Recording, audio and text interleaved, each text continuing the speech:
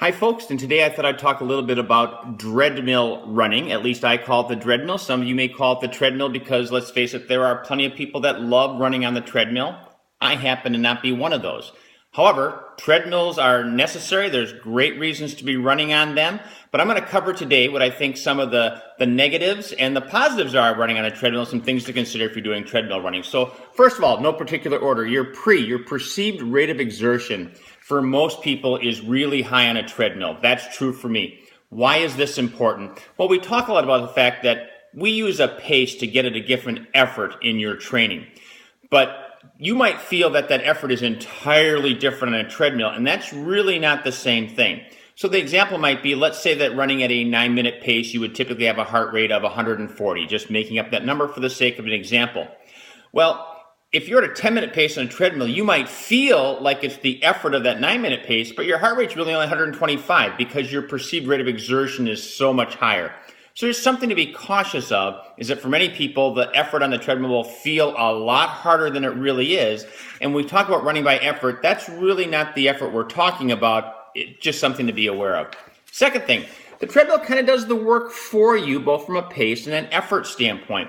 So from a pace standpoint, let's continue to use 9-minute pace, 10-minute, whatever it might be. Well, when you're running outside, you have to control that pace. It's how you learn to pace yourself. On the treadmill, you don't have to do anything. You set the treadmill, it just goes, it automatically happens. Now that's a little bit of a benefit too.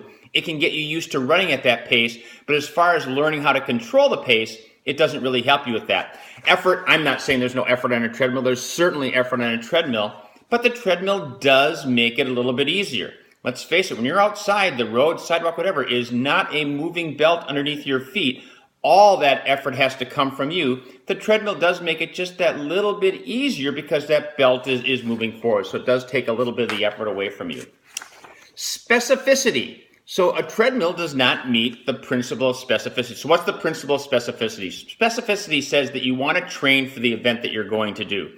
That's why if you're training to run a marathon, half marathon, 5K, whatever, that's why you run instead of going to a basketball court and shooting free throws. Shooting free throws might be fine, but it's not very specific to the sport of running. Likewise, you are not likely to be running a race on a treadmill. You want to try and do your training over the type of course that you're going to run. So if it's a road race, you want to do your training on the roads. If it's a trail race, you're on the trails. We don't generally race on treadmills, so it's really not very specific to what we are trying to do. Treadmills are notoriously not very accurate. Now, GPS is not particularly accurate either. Treadmills can be a little bit worse. If you're interested, there are procedures to calibrate a treadmill. I certainly wouldn't do that at the gym. That's their treadmill. But if you got your own, it might be worthwhile to go through and calibrate that. Let me know. I can get you the instructions. You can go on the internet. You can find instructions, but you can calibrate that treadmill to be more accurate because typically they're going to be a little bit off. Here's a big one. You need to make sure that you don't change your gait as a result of running on the treadmill. A lot of people don't. Some people do. I'll give you a small example. I think you all know that in addition to running, I do some race walking. I will not race walk on a treadmill. For whatever reason, if I do any race walking on a treadmill, I can tell the next time I go outside, my gait is off. It affects my form and technique to race walk on a treadmill. I don't have the same problem running. I can run on the treadmill, go out and run outside, and everything is fine. But something to watch. If you feel like, boy, when I'm outside, I'm running differently, check to see, are you changing your gait running on the treadmill? Sometimes people don't extend enough behind them for fear that they're going to fall off the back. Other times they might get too short of a stride in the front. We want a short stride in front, but too short because of how close we are to the front. So watch to make sure that the treadmill is not causing you to change your gait. Now, there's great reasons to run on the treadmill. One, for many of us, you're able to run. Whether it be because of the weather conditions outside, it might be because I can only run while my kids are taking their nap. It's dark out, it's not safe for me outside. There's all kinds of reasons where if it wasn't for the treadmill, you couldn't run at all. And that's why I'm not saying that treadmills are bad. Treadmills can be great. I own a treadmill. I try and run on it as little as I possibly can, but there's great uses for a treadmill. From a heart rate standpoint, that effort standpoint we talked about later, your body doesn't really care where the heart is getting its work from. So being able to get that heart rate up into the right zone and being able to run for 30 minutes, an hour, whatever we have prescribed, you're getting a great workout from that. It doesn't matter if you're outside or not. That counts for your training. So it's great to be able to get that. It builds mental toughness. At least for me, it does. I think in particular for something like a marathon, which is really long and you get towards the end and you just kind of got to grind it out. I'll tell you what, if you've been doing long runs, sometimes even short runs on a treadmill, I think it helps build a little bit of mental toughness that you're going to have inside of a race. So I see that as a benefit. So what are some things that you can do if you're doing treadmill running? Well, you've probably all heard about 1%. Set the grade on a treadmill to 1%. Why would you do that? It's because otherwise a treadmill is dead flat. There's absolutely no wind resistance. Well, giving it 1% gives you a little bit more elevation, kind of simulates better being outside.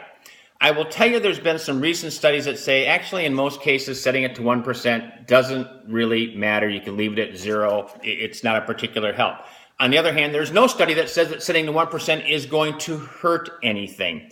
So my recommendation would be to go ahead and set that treadmill to 1% unless you're doing hill work or something like that. Certainly if you leave it at 0, the latest findings say not a big deal, but all things being equal, I think I'd go to 1%.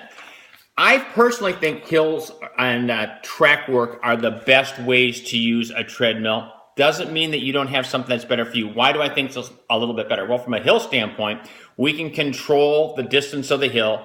Typically after hill work, you do the hill for a minute, 2 minutes, 3 minutes, whatever, and then you take a short break. Typically with track work, you're going to have, a half mile, quarter mile, some relatively short distance where you're going very fast, and then you're going to get a break.